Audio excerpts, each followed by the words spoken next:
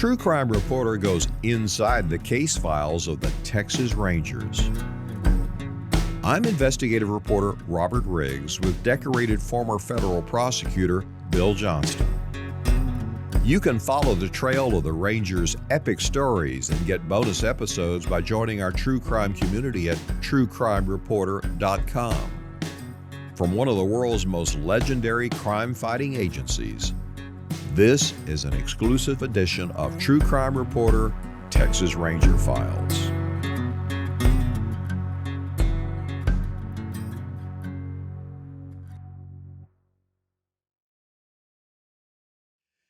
Bill and I recently went to dinner with two legendary Texas Rangers, Captain Bob Prince and Captain Randy Prince. Now, they are the only father-son captains in the history to this date of 199 years in the Texas Rangers. And we walked into a steakhouse by Jerry Jones' big practice facility, the Star, up in Frisco, north of Dallas. And I noticed when we walked in, they had their white Stetsons on and their white Western-style shirts, Western pants, cowboy boots.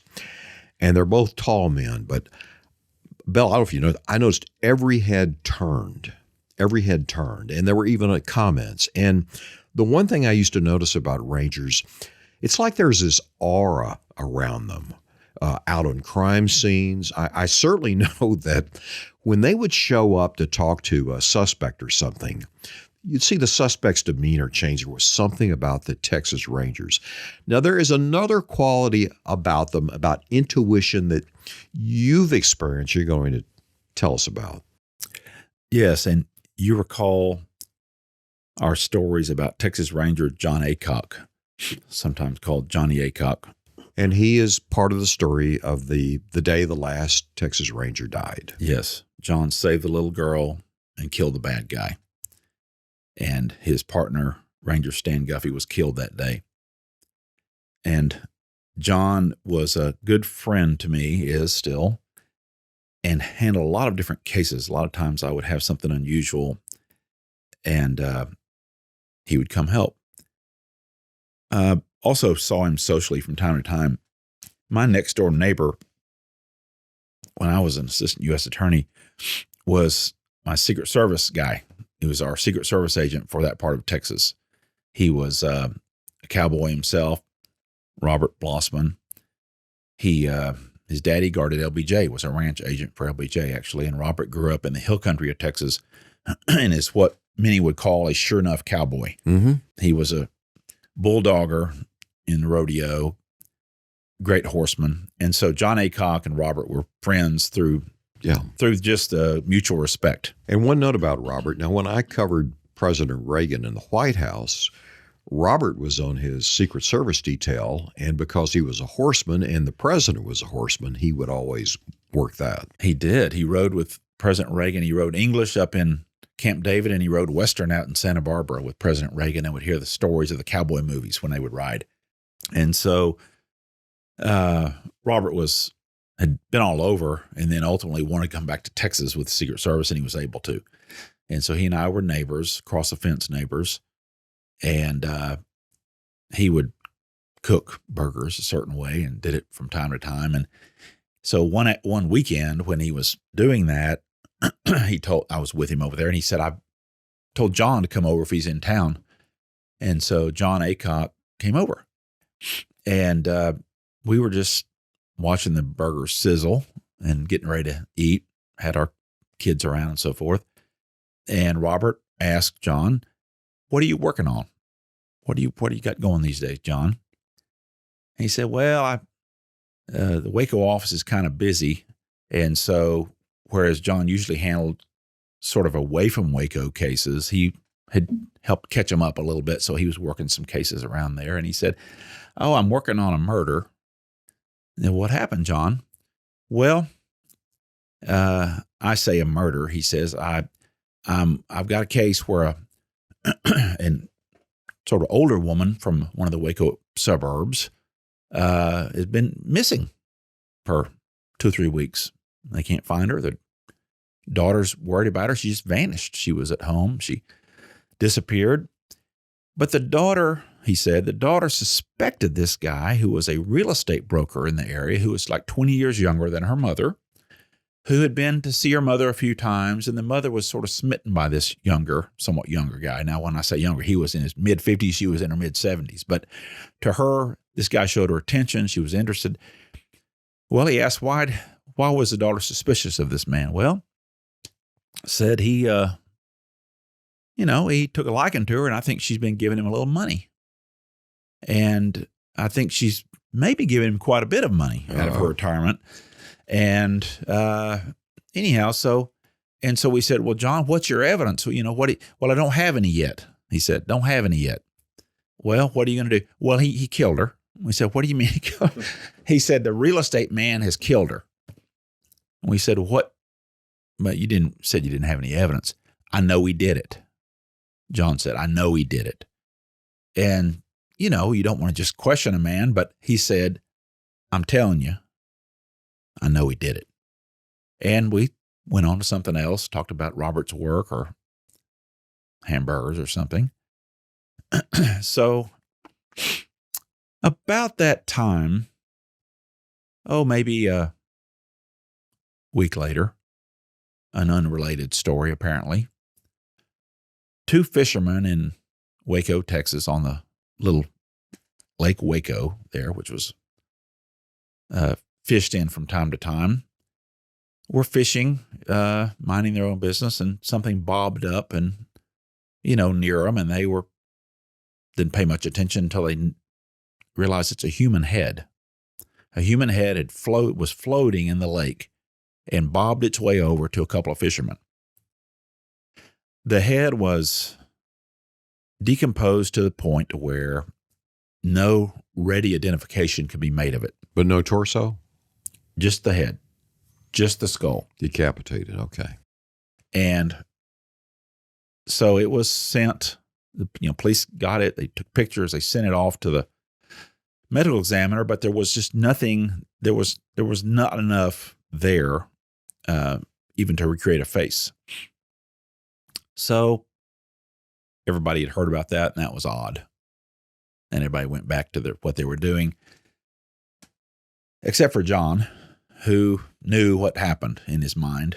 And so John learned that the real estate broker who had taken a liking to this woman, perhaps for her money, that John wanted to know, does he have any land? Well, no, he lives in a house in a neighborhood. Well, that kind of rules that out. Does he go anywhere? He tried to find out. Well, finally, sort of sneaks around and finds out this guy is on a deer lease in the Waco area. So for those that don't know, a deer lease is where usually a group of fellas join together, pay a little money, and they hunt deer during season, which is normally about November through January in Texas. And they'll go up there and horse around, and maybe they have a cabin and they hunt, kind of a Texas tradition, and elsewhere in the United States, I know.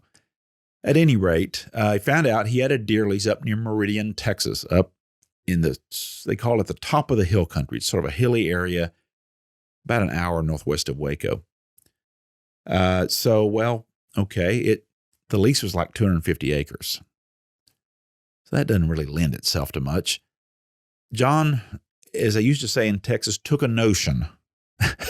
He took a notion, in other words, had an idea, had a thought, that he would see one day if the DPS helicopter was available, the state police helicopter flown out of Waco. So he talked to the pilot. Sure, John, come on up. I'm not doing anything this afternoon. So John made arrangements to fly the helicopter, thought he might fly the helicopter over the deer lease, an hour away from Waco, Texas.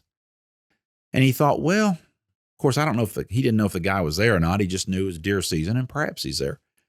He didn't necessarily want him to be there. He just thought, well, I better notify the highway patrol, the troopers in the area, that here's a license plate. Here's the kind of car this guy drives, just so you know. And they said, well, John, if we see him, do we stop him? He said, no. If you have a legal reason to stop him, you can, but I'm just, doing a little surveillance. And so John got in the helicopter and they flew over the ranch. Well, it happened that the real estate broker, John's suspect, was there that day. He was in the cabin with a couple other men.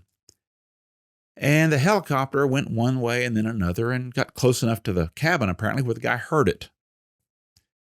And he went outside and looked at it and told the other guys, hey, there's a helicopter out here. And they said, well, so what? Well, anyway, there's a helicopter out here. And he went back in and stewed and stomped around and, according to reports, was pacing the floor. Now, Robert, visions of the telltale heart are coming to mind in my view of the Edgar Allan Poe's Telltale Heart. Uh-huh. So anyway, so he paced around, and the helicopter continued to fly over his deer lease and wasn't leaving. It would sort of fly in grids over the... And he had enough of pacing and cussing and hollering at the people about this helicopter, and he got in his car, and he decided to leave. So he drove down the driveway, long driveway, down to the state highway, and the troopers were down there because they told John they would be there, and they saw, oh, that's the guy, that's the license plate. Mm-hmm. And he was pulling a trailer of some sort, and it didn't have proper lights on it. Uh-oh, probable cause to make a stop. And so the troopers just couldn't help himself. It was a young trooper and his sergeant. The sergeant was in the passenger seat. The trooper, the main highway patrolman, was driving. And so they, well, gosh, there's no taillights on that trailer. Why not? And, not getting in the Ranger's way, but trying to be of some use. Yeah. Maybe we can identify him. And so they drove behind him for a little bit and then pulled him over on the state highway. And the sergeant didn't get out of the car. So in the passenger seat, the guy sitting in there really can't be seen too well. The highway patrolman driving got out of his car, and he approached the guy's vehicle, told him who he was, wanted to see his driver's license and his insurance. And the guy was friendly enough, stepped out with the trooper. And while he was back in his car getting the material, the license and insurance, the highway patrol sergeant stepped out of his door and was sort of to the side. Apparently, this man, this real estate broker, the driver, had not noticed the sergeant. But the sergeant noticed him and was watching him. And when the guy went in to get his insurance papers, he grabbed a pistol from the front. And the sergeant saw it. The young trooper didn't see it. And the man came back with the pistol, walking toward the trooper. And the sergeant hollered, gun. He's got a gun. It seems like the man was probably going to kill the trooper he thought was by himself. Mm-hmm. But when the sergeant was there and had his pistol drawn on the man, He turned to the sergeant. He looked at the sergeant, he looked at the trooper, and he shot himself in the head. And he dropped dead on the ground on the highway. The troopers called the ranger in the helicopter. John, something's happened. Well, what's happened? I'm busy. Well, they told the story. What happened? And John uttered a few choice words and landed the helicopter. And now he's got not only a missing woman, no evidence. Mm-hmm. Now he's got a dead man. No evidence. All right, I'm going to stop you right there. We're going to take a quick break. Real estate agent, suspect of Texas Ranger John Aycock, is driving down. He's stopped by two troopers, draws a gun, doesn't realize there's two troopers. He's probably going to get shot in, and suddenly kills himself. And now Aycock has been summoned to the scene. And so Johnny Aycock lands a helicopter and assesses the situation and calls his sergeant. And sergeant says, good Lord, John, only you. Your man's killed himself. Well, he has. What do we do now? So John put together, with what he had, put together an idea to search the 250 acres. he felt like that guy killed himself because he knew he was guilty. And this is John's mind. He killed himself because he knew what he'd done. He knew he was getting caught. And he figured the trooper knew more than he did. It was a telltale heart. He figured the trooper was going to arrest him for murder. They'd figured it out. And the trooper was only stopping him because he had no lights on his trailer. And so John believed that tells me what I need to know. Yes, sure he did it. The killer with a bit of either a conscience or a fear of going to jail. Panicked. And so John assembled, as he did in a case we'll talk about one day in El Paso, but John assembled a group of horsemen, horseback riders, some dogs from the prison, cadaver dogs and other people hunting dogs. Bloodhounds, yes. And searched 250 acres. And it seems like that is such a task and so ridiculous, but no. The dogs alerted to an area near a pond on the land. It was a little tank dam or a pond dam, just a raised area of earth. And they dug in there, and there was a bag. And it was all of the organs of a human being. Then, in other places on the ranch where the dogs alerted, they found legs. Then they found arms. Then they found a torso. No head. The head had long since been bobbing in the lake. Mm-hmm. Well, now we're tying this together, of course, but what happened?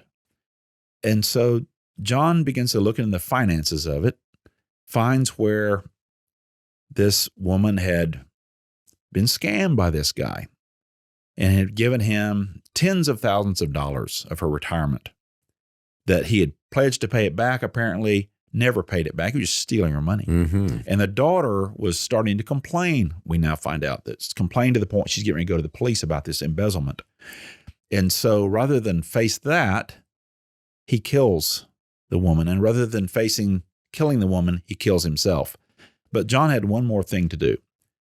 How was this done? How was this transported? How was she cut up? And as gruesome as it is, he thought, let's see what vehicles he has. And the guy had another vehicle. It was a van, almost like a business van, but just a large van with an open area in the middle.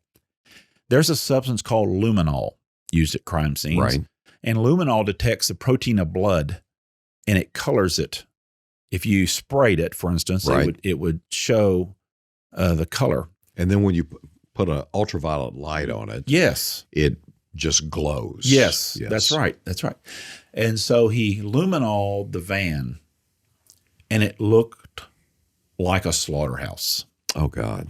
Blood splattered and streaming and dripped all over that thing. And then he found a bandsaw. The man had used a bandsaw, done it all in the van. After he'd killed her, we suppose, then cut her to pieces. There had never been any evidence of it. The only evidence was suspicion of embezzlement. But a ranger had a great deal of intuition. And as he told us before any of the story happened that I just told you, I know he did it. I just know it. And he did. And he was right. That's one of many cases involving Ranger Aycock where intuition and strange things have happened. That's just an example of a story from John that ended. Did it end well for the case? I don't know. What would you say? Well, at least the daughter found out what happened to her. Found out what happened. They found her body, and the man did his own death sentence. Well, John did something too that we all as investigators, the old adage is follow the money. He followed the money. That's right. That money, it always leads back to money. And John, his nature, so typical of the Texas Rangers, he's not lazy. He doesn't give up. And he's optimistic that he can solve it if he has enough time and enough help. And that's an example. Like I said, there was nothing to work from. And he refused to give up, and he was sworn to solve it. Well, there is an old saying about them that one of the Rangers many years ago said they keep on coming. Right. You can't stop a man that's in the right and keeps on coming. Yes. And that's John Aycock. And we should say woman. There's a lot of female Rangers now, too. You bet. That I wouldn't want to men and women. with. Yeah. Yeah. Men and women in the Ranger service now, as they were long, long ago, have that feeling that if given the right circumstances, they'll do the right thing and solve a case. I saw it in the look of the diners when we went in that steakhouse, and you almost thought that some of them thought, oh my God, is somebody about to be arrested in here, you know? There is an intimidating presence, but it is a good intimidating presence. In other words, it's the white hat, not the black hat. And it is a feeling also that you're going to be looked after and protected. Well, as you remember, I left my bag by the table, and I went back and asked for it, and the waiter said, well, I was going to look in it to see whose it was, but I was afraid there might be a gun based on who you were sitting with. They're great guys. Well, this is a unique quality that we see, certainly among the Rangers. We run into other officers that just have this second sense. We've seen it from our Free to Kill television show we're working on and the podcast about Kenneth McDuff. John Moriarty was a prison investigator, and he's got this sense that he thinks like criminals. That's right. They know how to put themselves in the mind of who they're looking for. What would they do? What would they think? Where would they go? That's right. Well, you know, I think I told you, I used to do when I was in college and I'd be home on holiday, I'd do ride-alongs with a highway patrolman named Max Womack, who later became one of the legendary Rangers. And I always remember we might be driving through a little town, and he would glance over and there'd be guys getting out of a car, and he'd say, it looks like those boys are in town looking for trouble. And he'd write their plate number down. He had this book, and they would later solve crimes behind it because he just had this feeling. And he cared. Yeah. And he cared. And they cared enough that it wasn't a job. It was a commitment to do the right thing and to law enforcement and to public safety. And they saw themselves as the protectors of those that often couldn't protect themselves. So one of the things I saw about the Rangers is they feel that it is a calling, a higher calling.